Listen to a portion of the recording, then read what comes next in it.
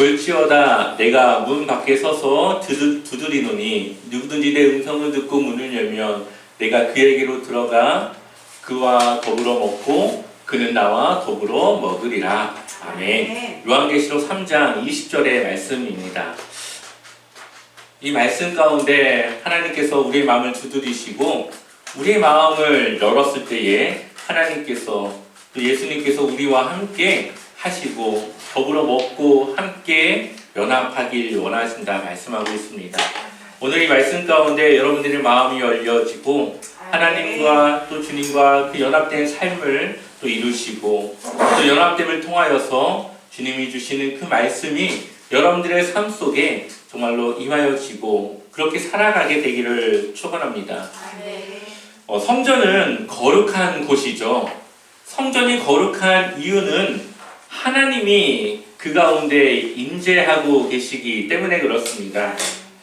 성전이 지어지기 전까지의 모습을 보게 되면은 사람이 하나님을 찾은 것이 아니라 하나님께서 사람을 부르셨다라는 것을 볼 수가 있습니다.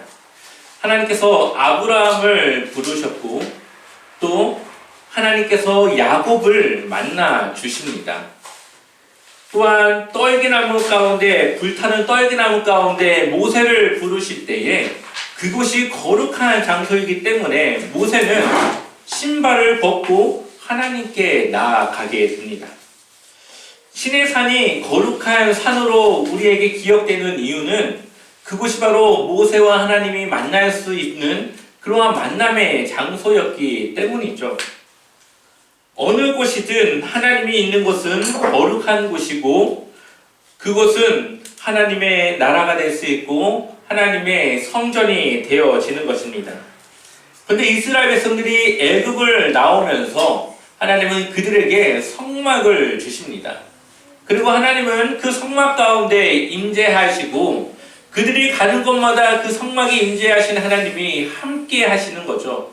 그들과 늘 동행했던 하나님과 그 성막을 통하여서 이스라엘과 함께 동행하며 이제 하나님은 이스라엘의 하나님으로 그들과 늘 함께하고 계시게 됩니다.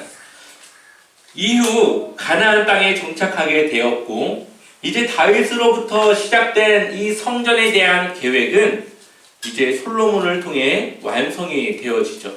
그리고 이제는 그들은 움직이지 않고 이동하지 않고 그 성전이라고 하는 곳에서 하나님을 예배할 수 있고 만날 수 있게 됩니다.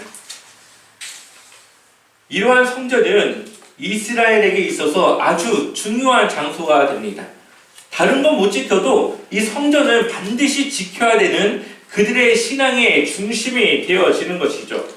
또한 이 성전은 이스라엘의 신앙의 모습을 보여주는 상징적인 장소이기도 합니다. 대표적인 예로 남유다가 바벨론의 포로로 잡혀갈 때에 무엇이 무너집니까? 성전이 무너지게 되죠. 그들은 하나님이 계신 이 성전이 무너질 거라고 생각하지 않았습니다. 그러나 그들의 성전이 무너졌습니다. 그것은 이스라엘의 그 신앙이 하나님 앞에서 온전히 무너졌음을 보여주는 모습입니다. 그 이후에 스룹바벨을 통해 다시 성전이 재건됩니다. 그것은 이스라엘 백성들의 신앙이 다시 하나님 앞에 재건되고 있다는 것을 보여주는 것입니다. 이처럼 구약에서 성전은 하나님이 임재하는 곳으로 아주 중요한 장소이고 이 성전의 주인은 누구십니까? 하나님이십니다. 성전 안에서 제사장이 일하고 서기관도 있고 율법사들이 있지만 그들은 그곳의 주인이 아니죠. 하나님의 말씀을 가르치고 그것을 보존하고 후손들이 그것을 말씀을 지속적으로 볼 수 있도록 또 예배할 수 있도록 하나님을 위해 일하는 일꾼들입니다. 그곳의 주인이 아니죠. 그런데 신약 성경 쪽으로 점점 올수록 그 모습이 변해지는 것을 보게 됩니다. 그곳에서 일해야 되는 제사장들은 이스라엘 백성들의 신앙심을 이용해서 자신들의 유익을, 자신들의 재산을 불려나가는 일로 만들어 나갑니다. 그곳에서 장사하는 사람들이 있었는데 그들에게 좋은 자리를 내어주는 대신 돈을 받죠. 자릿세를 받습니다. 그러면 이 상인들은 그곳에서 하나님을 위해 드려질 재물들을 팔게 되는데 그 재물들의 값이 너무 비쌉니다. 또한 이 성전에서는 성전세를 내기 위해 성전에서 통용되는 화폐를 이제 바꿔야 됩니다. 미국에서 우리가 달러를 쓰기 위해서 달러를 바꾸듯이 이 성전 안에서 쓰이는 화폐가 따로 있었는데 그것을 바꾸는데 수수료를 냅니다. 근데 이 수수료도 너무 비싸게 받는 거죠. 성전이 지금 뭐가 됐습니까? 시장과 같은 장사하는 곳이 되었죠.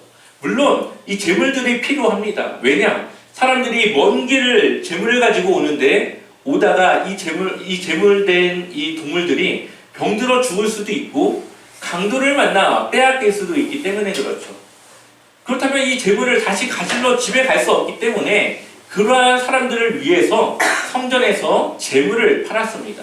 그러면은 이 재물을 파는 목적이 조금의 유익은 남길 수 있지만 자신들의 재산을 부풀리기 위한 목적은 되지 말아야죠.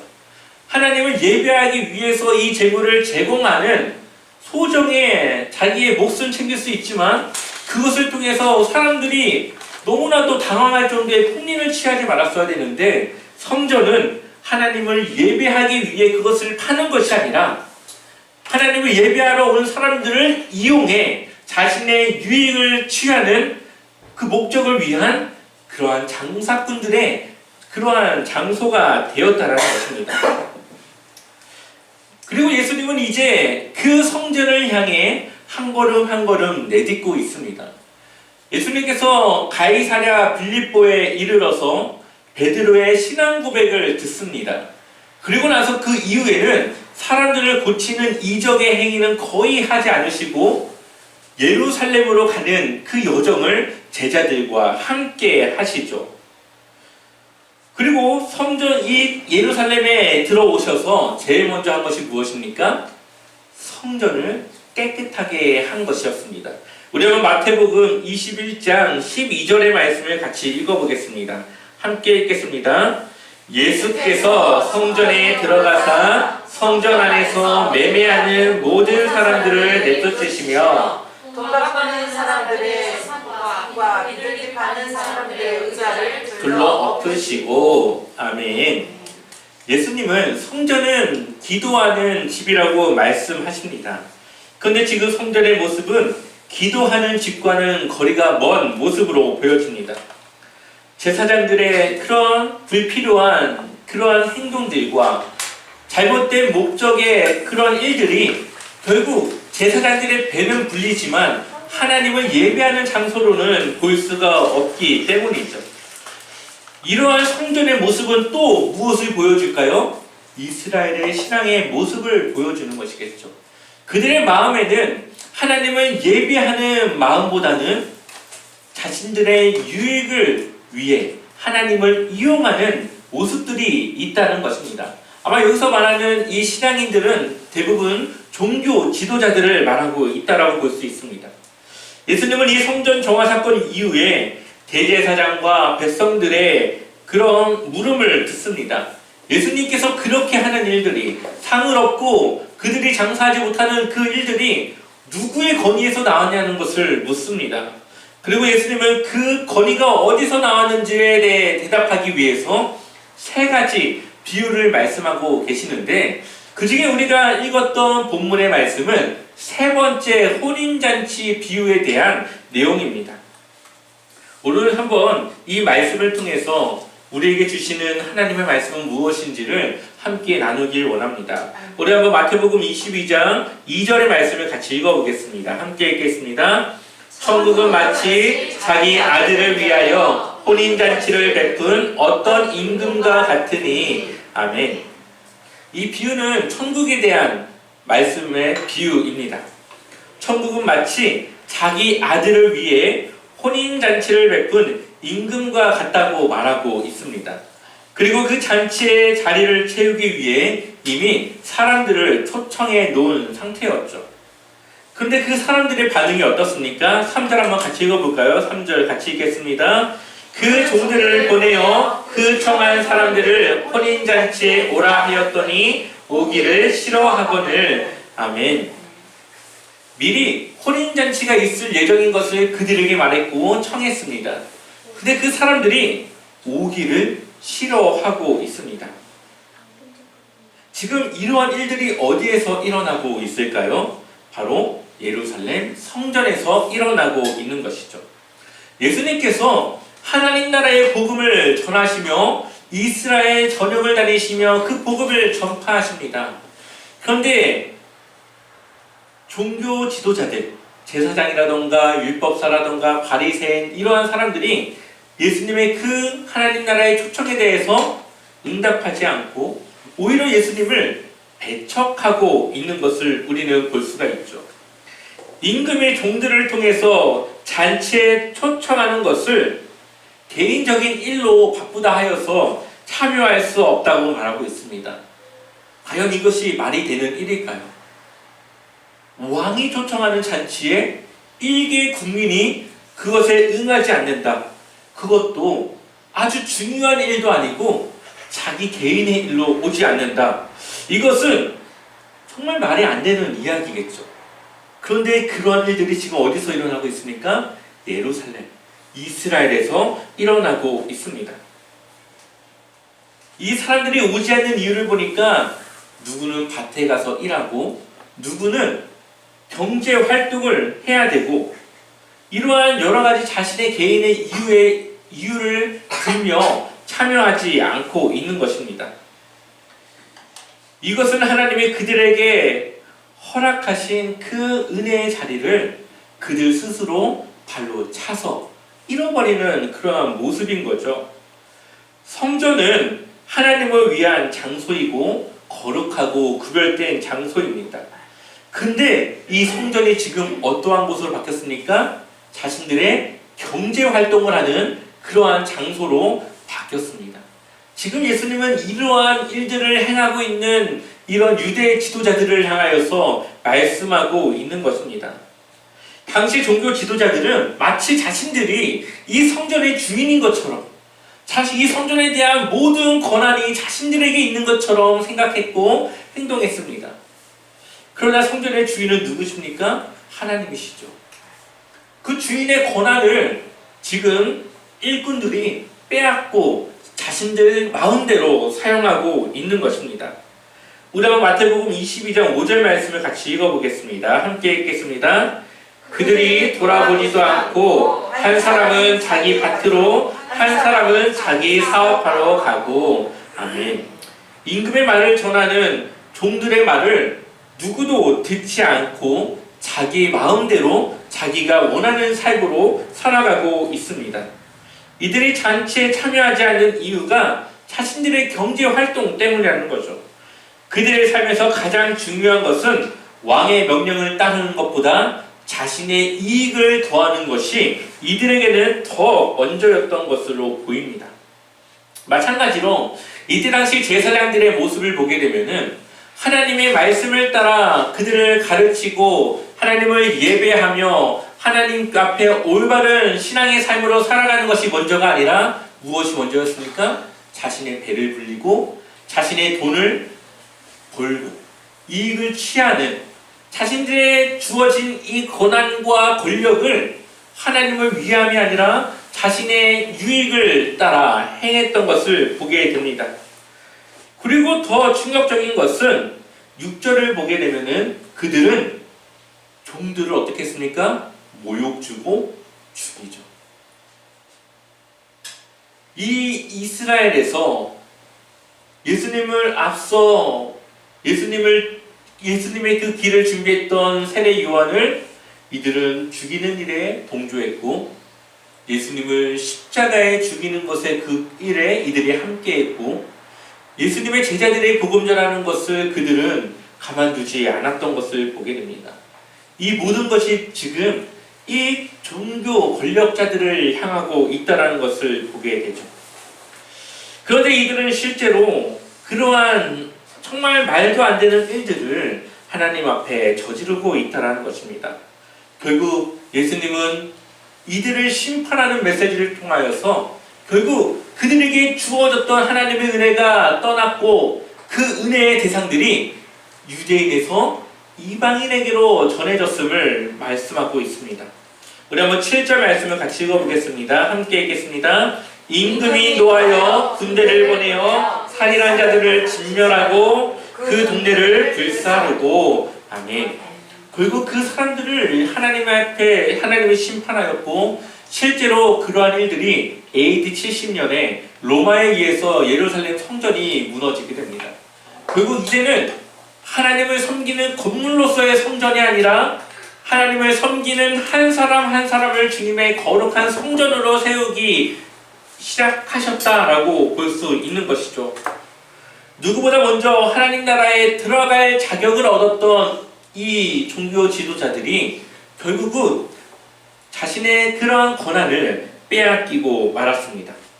그리고 이 임금은 다른 사람들로 이 빈자리를 채우게 되죠.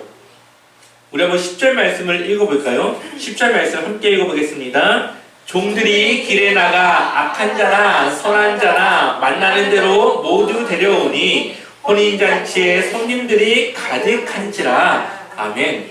누구를 데려옵니까? 길에 나가서 선한 사람이든 악한 사람이든 누구든지 이 잔치에 참여하기 원하는 모든 사람을 불러서 이 잔치의 자리를 채웁니다. 근데 이 잔치 자리에 참여했다고 해서 모두 이 잔치를 함께 할 수 있는 것은 아니었습니다. 조건이 있었는데 그것은 준비된 예복을 입는 것이었죠. 한번 우리 12절 말씀 읽어볼까요? 함께 읽어보겠습니다. 이르되 친구여 어찌하여 예복을 입지 않고 여기 들어왔느냐 하니 그가 아무 말도 못하거늘. 아멘. 그리고 이를 어떻게 합니까? 그를 쫓아내 버립니다. 아마도 이 비유의 내용을 보면 이들에게 이 잔치를 베푸는 이 임금이 따로 예복을 준비해서 준 것이 아니라 각자 그 예복을 준비할 시간이 있었고 먹기를 하던 무엇을 하던 이 잔치에 참여하기 위해서 그 모든 것을 중단하고 각자 예복을 준비하여 이 잔치에 참여했던 걸로 보입니다. 그런데 한 사람은 그것을 준비하지 않고 그냥 그 잔치의 자리에 참여했던 것이죠. 여기서 말하는 이 예복은 1차적인 의미로는 회개를 말하는 것이고요. 2차적인 의미로는 회개에 따른 합당한 삶을 말하는 것입니다. 그러한 삶을 통하여서 이 잔치에 참여할 수 있고 우리는 그 심판을 피할 수 있게 되는 것이죠. 하지만 그것을 준비하지 못했던 그 사람은 13절을 보니까 임금이 사환들에게 말하되 그 손발을 묶어 바깥 어두운 데에 내던지라. 거기서 슬피 울며 이를 갈게 되리라 하니라. 아멘. 이러한 것으로 보았을 때에 준비하지 못한 이 사람에 대한 기회는 한 번밖에 없었던 걸로 보입니다. 잔치에 초청하였을 때에 그 초청된 잔치에 참여하기 위해 준비된 예복을 갈아입는 것이죠. 바로 회개는 우리 스스로가 하나님 앞에 우리의 모습을 새롭게 하는 것입니다. 그러나 이 사람은 자신에게 주어진 시간을 자신의 회개에 사용한 것이 아니라 자신을 위한 삶으로 사용했기 때문에 준비되지 못한 것이었습니다. 아무리 쫓겨진 상태에서 후회하고 다시 한번 요청해도 더 이상 그 잔치에 참여할 수 있는 기회의 자격은 주어지지 않습니다. 이전에 초청된 자들을 대신하여 선한 자와 악한 자 구분 없이 초청하는 것은 지금 교회를 말한다 할 수 있습니다. 교회에 나오기 원하는 모든 사람들은 교회에 나올 수 있습니다. 과거 그 사람이 살인자였든 어떠한 잘못을 했든 아니면 평범한 삶을 살아간 선한 사람이었든 누구든지 교회에 나와서 하나님을 예배하고 하나님을 위한 삶을 살아가길 원하는 모든 사람들은 다 교회에 나올 수 있습니다. 그러나 교회에 나왔다고 모두 구원받는 것은 아닙니다. 예수님께서 이 땅 가운데 오시기 전까지 하나님 나라의 그 나라에서 천국 백성들과 함께 그 잔치가 베풀어지기 전까지 회개해야 되고 그에 합당한 삶을 살아가며 자신의 회개된 삶이 일시적인 것이 아니라 지속적인 주님을 향한 믿음으로 살아가고 있다는 것을 증명해 내야 되는 것이죠. 회개하지 않는 사람은 비록 교회에 나왔다 하더라도 구원받지 못하는 것이고 하나님의 천국잔치에 참여할 수 없다는 것을 우리에게 말씀하고 있습니다. 우리에게 은혜가 주어진 것은 하나님의 백성이었던 그들이 하나님을 멀리했고 하나님의 그 잔치의 자리에 참여할 것을 거부했기 때문입니다. 우리에게 은혜가 주어진 것은 우리의 자격이 있어서가 아니라 자격은 없지만 하나님의 은혜와 사랑으로 우리에게 구원의 자격이 주어졌습니다. 그래서 이제 모든 사람들이 하나님을 만나기 원하는 모든 사람들이 교회 나와 하나님의 말씀을 듣고 구원받을 기회를 얻게 되는 것이죠. 우리는 그렇게 이 자리에 참여한 것이고 하나님의 은혜로 이 자리에 앉은 것이고 하나님의 사랑으로 구원받을 자격을 부여받은 삶을 살아가고 있는 것입니다. 그러한 사람들이 해야 될 것은 이전의 삶을 돌이켜 이전에 더러웠던 옷은 벗어버리고 이제는 주님을 위한 새로운 예복으로 우리가 갈아입어 새로운 삶으로 살아가는 회개된 삶, 회개에 합당한 열매를 맺는 삶을 살아가야 되는 것이죠. 그것이 바로 밭에 감추인 보화를 찾은 그 사람이 자신의 모든 재산을 팔아 그 보화를 취하여 살아갔던 것처럼 우리 모든 것을 주님을 위해 헌신하고 주님을 위해 살아가는 것이 우리가 바로 회개에 합당한 삶의 열매를 맺는 삶이라는 것입니다. 만약 우리의 고집으로 하나님의 것을 취하지 않고 여전히 내 삶의 방식을 따라 살아간다면 우리는 더러워진 예복을 그대로 입고 그 잔치에 참여한 그 사람과 다를 바가 없다는 것이죠. 하나님의 말씀을 듣지만 그 말씀을 우리가 따르지 않고 하나님의 말씀을 들을 때는 정말 그것이 하나님의 말씀으로 받지만 밖에 나가서는 그 말씀과 전혀 상관없는 삶을 살아가는 자들은 네 가지 밭에서 좋은 땅의 밭이 아니라 다른 그 땅의 밭을 가진 여전히 하나님 앞에 변화되지 못한 삶으로 살아가는 구원받지 못한 주님의 백성이 되지 못한 모습으로 살아가는 것과 같다라는 것입니다. 그래서 마태복음 22장 14절은 우리에게 경고하고 있습니다. 같이 읽어볼까요? 청함을 받은 자는 많되 택함을 입은 자는 적으니라. 아멘. 교회에 수많은 사람들이 모이고 교회에 수많은 사람들이 하나님을 예배하는 것 같지만 그 중심은 다릅니다.